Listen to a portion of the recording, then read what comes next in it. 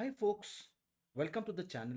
If you wish to learn how to fix video scheduler internal error and your computer is crashing repeatedly, then let's look at the solutions. So the first thing we would do is we can update the graphics driver. So we right click on the start button, we go to device manager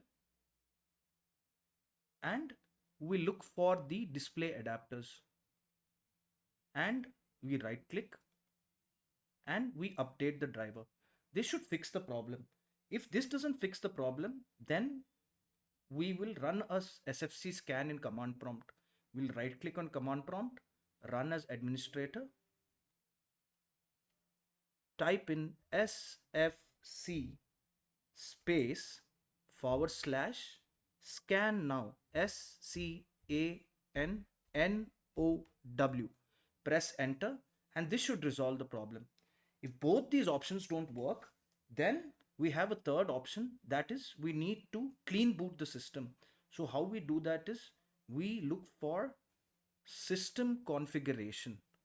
So we look for system configuration and we select the services tab.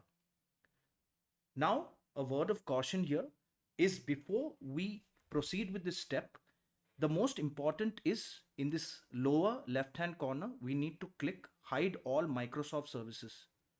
This is a very important step because if we disable all the Microsoft services, the computer will fail to restart.